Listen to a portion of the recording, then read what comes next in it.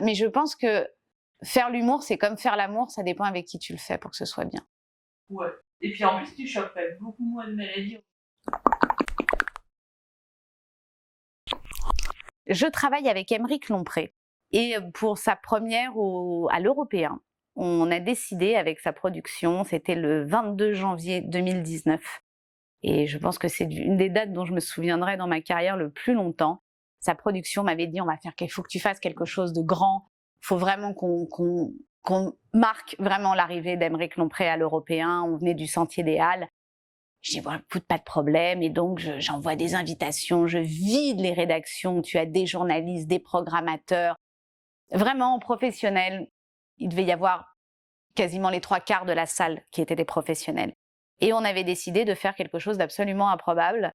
Et en fait, tu avais la façade de l'Européen où normalement tu as écrit le nom des gens. Là, on n'avait pas écrit Aymeric, mais Éric Lompré.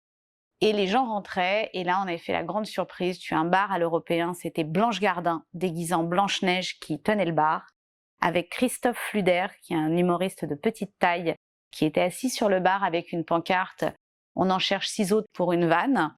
Nous avions Pierre-Emmanuel Barré, qui tenait un stand de merchandising, où nous vendions des DVD de Gad Elmaleh, dédicacé par Aymeric, des tests de grossesse, des éthylotests. On avait plein de choses à vendre, un peu rigolotes.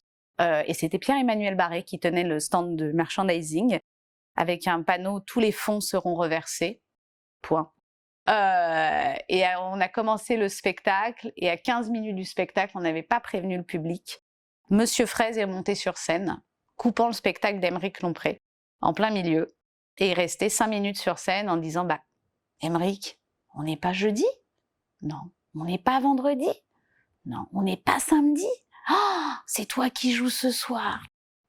Ah, je dois te déranger là quand même, hein. Je dois te déranger. » Et il est parti avec Aymeric qui a clôturé. Heureusement que vous êtes venu un mardi soir parce que le jeudi, vendredi, samedi, c'est ça pendant 1h15. Et voilà, et c'était magnifique. Et les gens ont beaucoup ri, ont été vraiment surpris et on a fait la fête jusqu'à 6h du matin. Pour un mardi, c'était compliqué pour le reste de la semaine pour tout le monde, mais on s'en souvient et c'était absolument génial.